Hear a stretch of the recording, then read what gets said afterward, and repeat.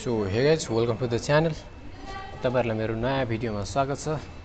अहिले म छु हाम्रो कलेजको ट्याक्क अटोमोबाइल उसमा छु, अटोमोबाइल सेक्सनमा।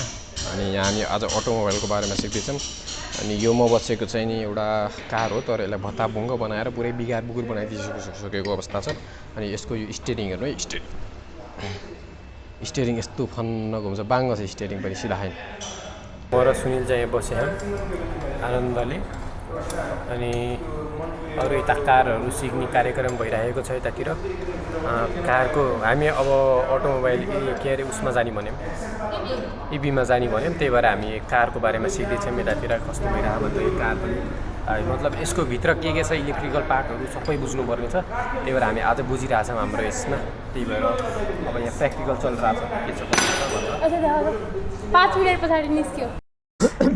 यो हो हाम्रो कलेज। यहाँ हरियाली दुबो पलाएको छ, चट्ट हरियाली दुबो पलाएको छ। अनि हामी अहिले ल्याबबाट निस्केर आएर हामी यहाँ बस्यौँ। ल चलौँ।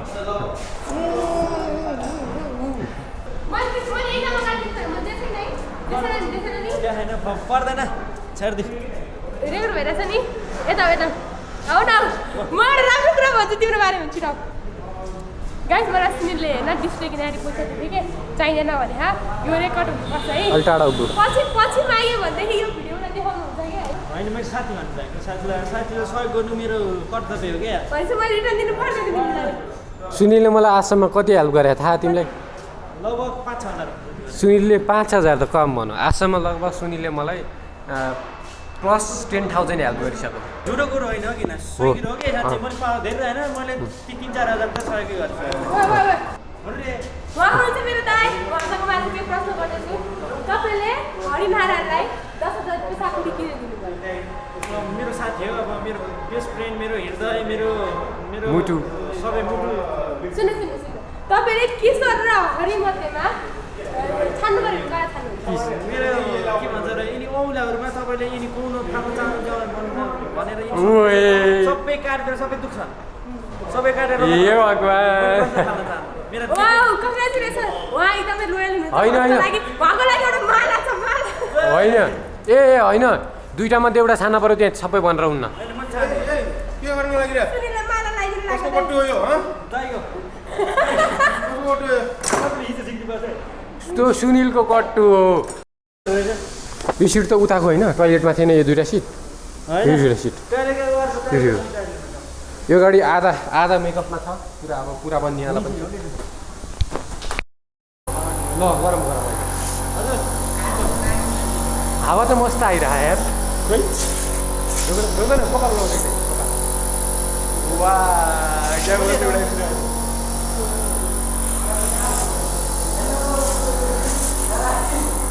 सिएनसी पनि यहाँ रहेछ त केटाको, सिएनसी यहाँ रहेछ। यहाँ राखेको अन्त केटाले बुझाइसके यिनीहरू, बुझाएको प्रोजेक्ट मेरो पनि बुझाएको कहाँ राखेँ त मेरो?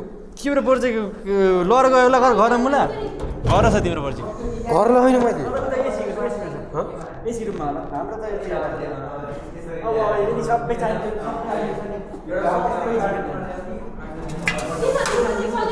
यो लागि के हो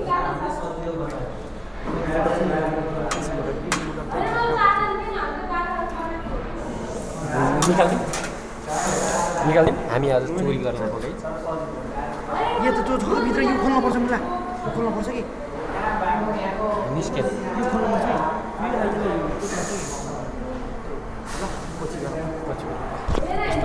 त्यस्तो काम पछि गरौँ। त्यस्तो चोर काम गर्दैन हामीले चोरी काम सोमनाको पर्ची चलिसकेको चलिसकेन, चलेर मसँग भिडियो पनि छ। सर लाग्यो सर यहाँ के छ यहाँ हेरौँ। यो के सोल्जरिङ आइरन रहेछ एउटा। मैले फोन गर्छु टु हेलो हेलो सन्जिता, तिमी के गर्दैछौ? खाना भइसक्यो? मेरो पनि खाना त खाइसक्यो। अब कलेज आउनु कति बेला? यति केटाले पुरोजो गरेर भ्याइसक्यो त। पुरोजो गर्ने होइन तिमीले? हो गर्लफ्रेन्ड छ कि तिमीलाई? कतिवटा? 5वटी। मलाई एउटा देऊ न, सापट्टि गुलाबको फुल फुलिरहेछ तर हामी टिप्दैनौँ यसलाई कति राम्रो रहेछ है केही छैन कि यसमा त के हुन्थ्यो र पुरै बिग्रिया केही छैन यता बोल मेरो रिक्स त नि छैन यसरी सर्प आउँछ नि सर्प पनि होला नि यार छोडिदेऊ सर्पहरू छन् भनेपछि फेरि गाह्रो हुन्छ यहाँ कोब्रा सर्प लुकेको पनि हुनसक्छन् हामी सूचना प्रविधिको भरपुर प्रयोग गर्दै हरिनारायण सापकोटाज्यूको यो गोप्रोबाट के तर्क वितर्कहरू केही धारणाहरू राख्दै गइरहेका छौँ। अनि अरू कस्तो चल्दैछ त दाइ हजुरको जीवनयापन? जीवन यस्तै हो, कसैले भन्छन् जिन्दगी भनेको सङ्घर्ष हो भनेर भन्छन्। मैले त भन्छु जबसम्म मृत्यु आउँदैन तबसम्मको कष्टपूर्ण यात्रा जीवन हो। वा कति राम्रो लाइन, कति सुन्दर लाइन, एउटा एउटा शब्दमा फुल राख्दा पनि सुहाउने लाइन छ। अनि अब जीवनको क्रममा, जीवन भ्रमणको क्रममा हामी कहिले उकाली कहिले ओह्राली भने जस्तै सबैभन्दा महत्त्वपूर्ण जिन्दगीको सुखमय क्षण भनेको विद्यार्थी जीवन हो। हामी यही जीवनमा घिसिरहेका छौँ। दाजु अनि जीवन भनेको के रहेछ दाजु? मैले यहाँलाई अघि पनि भने जीवन भनेको जबसम्म मृत्यु आउँदैन, जबसम्म अन्तिम सास मान्छेले फेर्दैन नि पृथ्वीमा, तबसम्मको यो घिसिरिने एउटा प्रक्रिया हो। जीवन भनेको यात्रा हो मेरो बुझाइमा। त्यसैले नै तपाईँले आफ्नो नाम यात्रु राख्नु भएको हो। यहाँले गलत बुझ्नु भएको रहेछ। मेरो नाम यात्रु होइन, यात्री हो। मैले तीर्थयात्री भनेर चाहिँ धेरैले भन्छन्, तर मैले चाहिँ यात्री तीर्थ भनेर अगाडि यात्री जोडेको छु भने पछाडि थरको नाममा चाहिँ आफ्नो नाम जोडेको छु, यात्री तीर्थ। र यसो भनिरहँदा धेरै ठाउँहरूमा यसो घुम्ने क्रममा, आउजावतका क्रममा, यहाँबाट घर फर्किँदा पनि सवारी साधनहरूमा मान्छेले सोध्ने गर्छन् तपाईँको नाम के हो, तपाईँको थर के हो, तपाईँ राजनीतिमा लाग्नुपर्छ भनेर कि साथीहरूले यसो घोषपेज लाएर भन्ने गर्छन्। मैले भन्छु, मैले जीवनको परिभाषा दिएँ नि, मृत्यु जबसम्म आउँदैन तबसम्मको यो जीवनमा घस्लिने एउटा प्रक्रिया जीवन यात्रा हो। त्यो भएर मैले आफ्नो नाम यात्री राखेको हुँ। र कतिपयले थरसँग तुलना गर्छन्। अमेरिकाको राष्ट्रपति डोनाल्ड ट्रम्प, उहाँको थर कहिले पनि छैन। नेल्सन मण्डेला थरै होइन। धेरै जस्ता विश्व प्रख्यात व्यक्तिहरू, एलन मस्क उहाँको थरै होइन। थरको कुनै औचित्य छैन। जबसम्म व्यक्ति थरमा झुन्डिराख्छ नि तबसम्म उसले जोड्ने कुरा भनेको नातावाद, कृपावाद बाहेक अरू कुनै कुरा छैन। थरको औचित्य नै छैन नेपालमा। मैले बुझेको एउटा मेरो युवा अवस्थाको यो अर्धचेतना हुनसक्छ, चेतना नभएको पनि हुनसक्छ। धेरैले यसो भनिरहँदै मान्छे बहुलायो कि भनेर मुकुन्द घिमिरे जस्तो रत्न पार्कमा गफ लगाए जस्तो पनि लाग्यो होला। थरको औचित्य नै छैन मेरो बुझाइमा। हस् दाजु, यो चाहिँ तपाईँसँगको यस्तो राम्रो अन्तर्वार्ता, यस्तो सानो छोटो मिठो अनएक्सपेक्टेड हाम्रो नयाँ यो तपाईँले थरको औचित्य नै छैन भन्नुभयो। यसमा यो नयाँ नलेज, यो यस्तो सिम्पल सानो सानो कुराको नलेज तर एकदम गहिराइमा कुरा बुझ्न पाइयो आज। यस्तो राम्रो कुरा लगभग प्रायः जस्तो कमै मान्छेले नै गर्छन्। तपाईँले साँच्चै नै भन्नुभयो, धेरै जस्तो मान्छेले अब गफै लागेको जस्तो पनि लाग्न सक्छ। अब यहाँहरूलाई म एउटा कुरा के पनि भनौँ भने तपाईँहरू अनपेक्षित यात्रामा यसरी जोडिनु भयो कि तर्कहरू राख्ने अवसर दिनुभयो। सर्वप्रथम त नेपालमा जातीयताकै हिसाबले गर्दा, थरकै हिसाबले गर्दा धेरै अमानवीय क्रियाकलापहरू भएको हामी देख्न सक्छौँ। अहिले पनि 2077 साल जेठ महिनामा मारेका नवराज विक र उहाँसँगै मारेका 7 जना अन्य साथीहरू जातकै कारणले गर्दा, थरकै कारणले गर्दा मारिएका हुन्। र अहिले पनि तपाईँ जातका हिसाबमा क्षेत्रीय हुनुहुन्छ, ब्राह्मण हुनुहुन्छ, तपाईँ त्योभन्दा माथिल्लो कास्टको केटीलाई प्रेम गर्न चाहनुहुन्छ। प्रेम भन्ने कुरा त कुनै जातले कुनै थरले गर्ने कुरा होइन, दुई आत्माको मिलन हो भनेर भन्ने गरिन्छ। त्यो प्रेममा पनि जब थरको कुरा आउँछ तब मान्छे ब्रेकअपको संज्ञामा पुगिन्छ, छुट्छ प्रेम। प्रेमै गर्न पाउँदैन भने त्यो थरको काम के? मान्छे जन्मजात आफ्नै आमाको 9 महिनासम्मको गर्भको प्रेम बोकेर पृथ्वीमा आउँछ। अनि त्यतिखेर त्यो बच्चालाई थाहा हुँदैन कि मेरो थर भन्ने कुरा के हो भनेर। थर त तब बनाइन्छ जब तपाईँ बालक हुनुहुन्छ, तपाईँ बालिका हुनुहुन्छ, तपाईँले नेपाल सरकारको मानु खानका लागि, तपाईँ 1600-1700 भत्ता पाउनका लागि तपाईँका बाले, तपाईँकी आमाले तपाईँले जब जन्म दर्ताका हिसाबमा तपाईँको नाम जोडिन्छ नि, 10 दिनको न्वारेनपछि तपाईँको नाम राखिन्छ, नामको पछाडि थर राखिन्छ। त्यो थरको तबसम्म औचित्य हुन्छ जबसम्म तपाईँ नेपाल सरकारको 1600-1700 बालक अवस्थाको जुन भत्ता खानुहुन्छ नि तबसम्म मात्रै काम छ। जब तपाईँ नेपालमा केही गर्ने इलेम कुनै बाटो पाउनुहुन्न, विदेश जानुहुन्छ, तपाईँको त्यहाँ थरको औचित्य रहँदैन। हिजोका दिनहरूमा भारतमा जाँदा नेपालीलाई बहादुर भनिन्थ्यो। अहिले बहादुरको कुनै सँगै छैन। किन?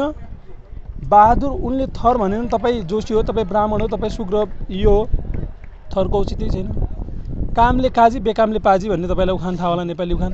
कामका काजी बेकामका पाजी, काम छ मात्रै काजी हो। तपाईँको थर के हो मतलब छैन, तपाईँ काजी हो, राम्रो हो। काजी भनेको बडा महाराजा भनेर भन्ने राजतन्त्र अवस्थामा, त्यो भएको हिसाबले गर्दा थरको औचित्य रहँदैन भन्ने कुरा मेरो आफ्नो बुझाइ हो।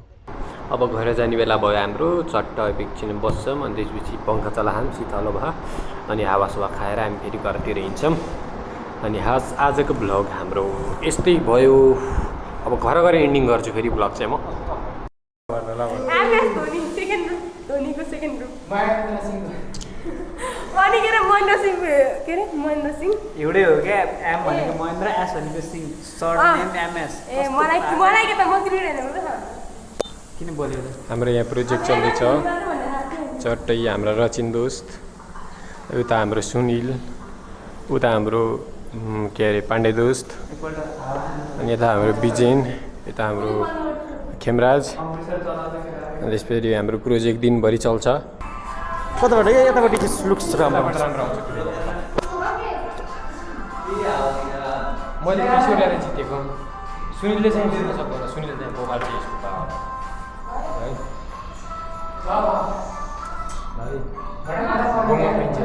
सिधा सिधा सिधा सिधा सिधा मान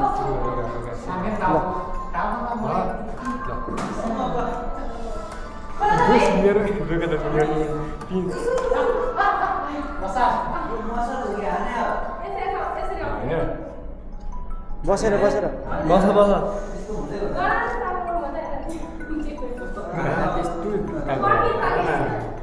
मेरो हात हेरेर ल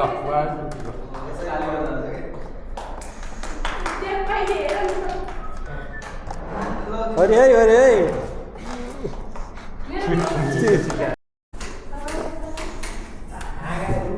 ल हाम्रो दुईटा पेहलवान जोडिसक्नु भएको छ एक एक हात हुनको लागि।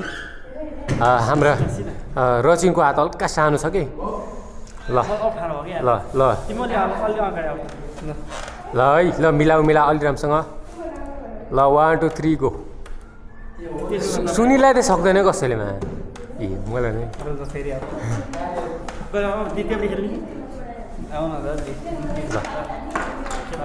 सुनिलले घडी फुकालेका छन्। अब हाम्रो देब्रे हात ल्याउँदैछ यहाँ।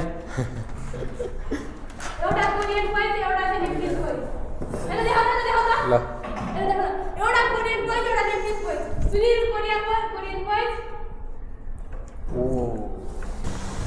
सो गाइज हामी त अब घर जानु लाग्यो। ट्याक्क घर खोलासाला सकियो, सबै थोक सकियो। अब हामी घर हिँड्यौँ।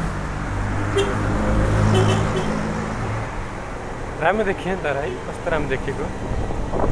आकाश पनि निलो, हावा चल्यो। तर गर्मीको बारेमा के भन त? गर्मीले त अब मर्ने लाग्यो गर्मीले भएर। म त कलेज आउन नि मन लाग्दैन गर्मीले। न त पढाइ हुन्छ, पानी पऱ्यो भने फेरि धेरै मजा आउन। पानी पऱ्यो भने पनि पानी पऱ्यो भने मजा आउँछ मलाई त।